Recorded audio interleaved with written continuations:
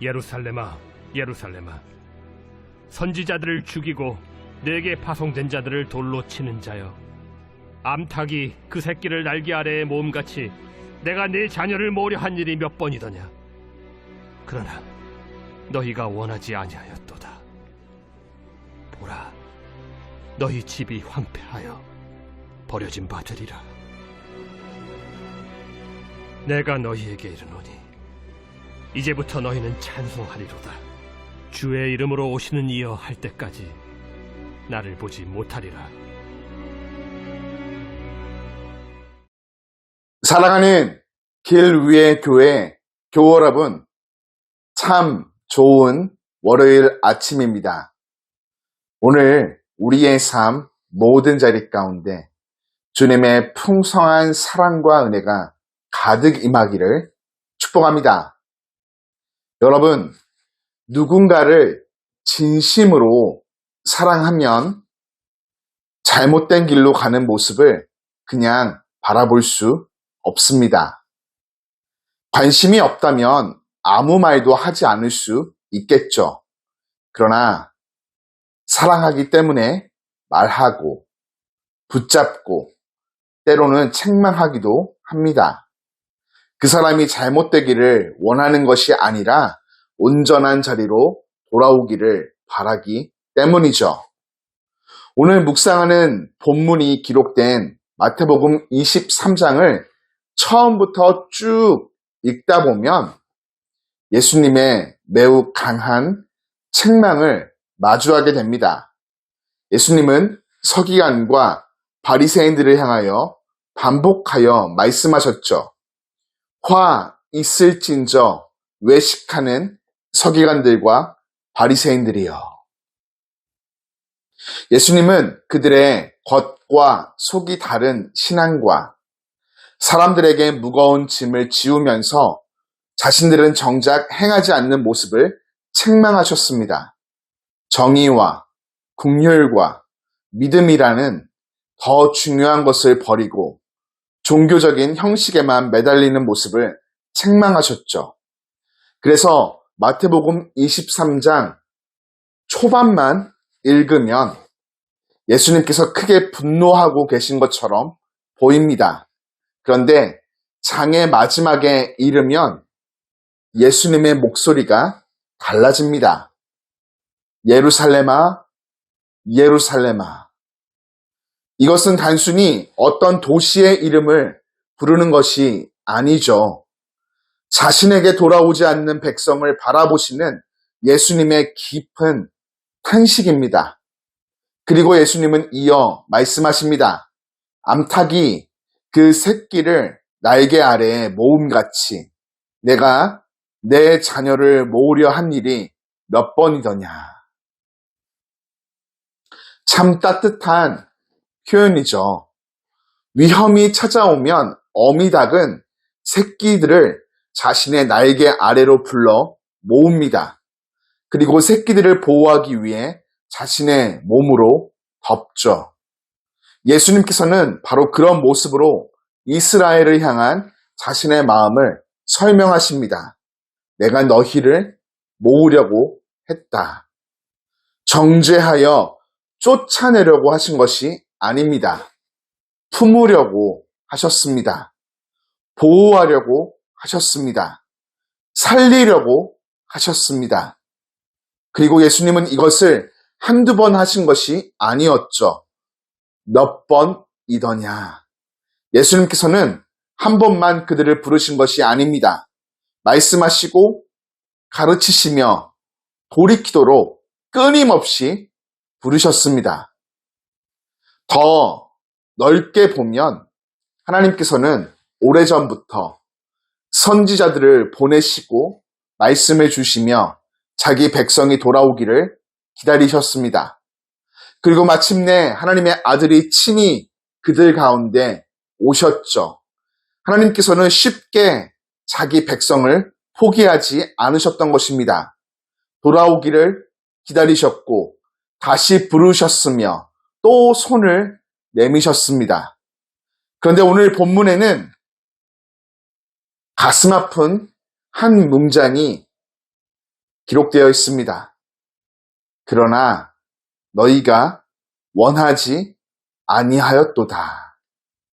어쩌면 23장에서 가장 아픈 말씀은 화 있을진저가 아니라 바로 이 말씀인지도 모릅니다. 주님은 품으려고 하셨는데 그들이 원하지 않았습니다. 주님은 가까이 오라고 하셨는데 그들은 멀어졌습니다. 주님은 날개 아래로 부르셨는데 그들은 자신의 길로 떠났습니다. 사랑하는 여러분, 이 말씀은 오늘 우리에게도 중요한 질문을 던집니다. 우리는 오늘 주님의 품 안에 머물고 있습니까? 우리도 신앙생활을 하면서 주님보다 다른 것을 의지하고 따를 때가 있습니다. 내 경험을 의지하고 내 생각을 고집하며 내 힘으로 모든 문제를 해결하고자 합니다. 그러면서 정작 우리를 품으시는 주님의 날개 아래로 들어가기를 거부할 때가 있죠. 그러나 주님은 오늘도 우리를 부르십니다. 지쳐 있다면 주님의 품으로 돌아오십시오. 마음에 상처가 있다면 주님의 품으로 돌아오십시오. 죄와 실패 때문에 하나님 앞에 서기 두렵다면 오히려 주님의 품으로 돌아오십시오. 주님의 날개 아래는 잘난, 잘한 사람만 들어가는 곳이 아닙니다. 은혜가 필요한 사람이 들어가는 곳이죠. 그리고 우리는 그 사랑이 어디까지 우리를 품으셨는지를 십자가에서 보게 됩니다.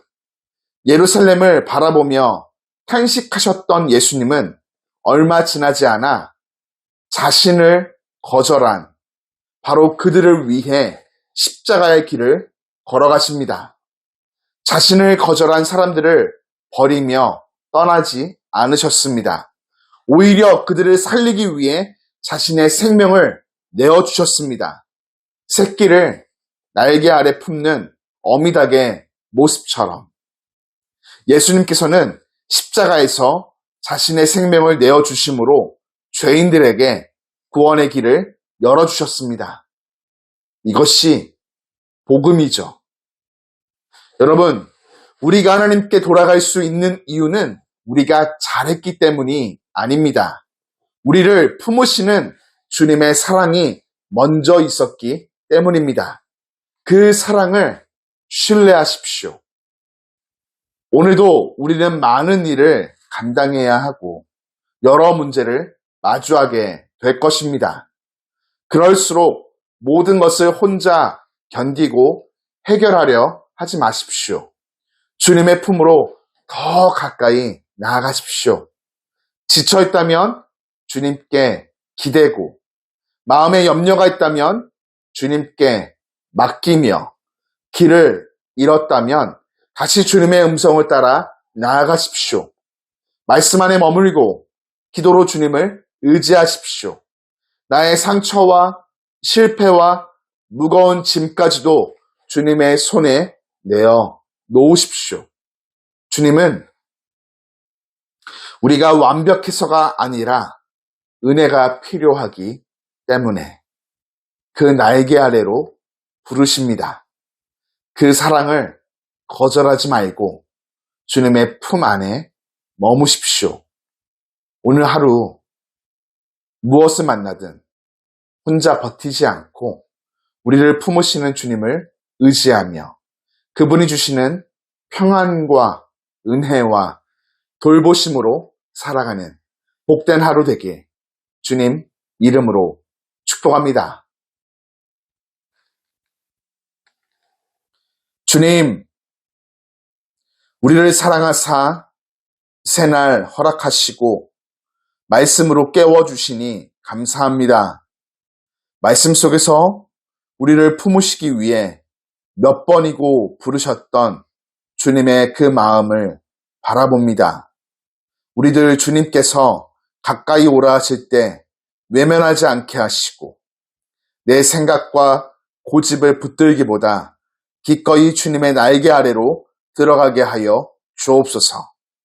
새로운 한 주를 시작하는 이 아침, 가정과 일터와 또 일상에서 마주하게 될 모든 일들을 우리 힘으로만 감당하려 하지 않게 하시고 우리보다 먼저 그곳에 계시는 주님을 의지하게 하여 주옵소서.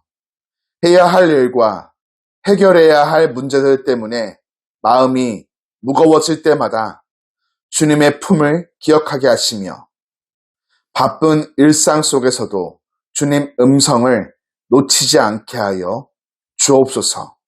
오늘 만나는 사람들에게 조급함과 판단보다 따뜻함을 나누게 하시고 우리를 품어주신 주님의 사랑으로 누군가를 품어주고 세워주는 하루가 되게 하여 주옵소서. 예수님의 이름으로 기도드립니다. 아멘.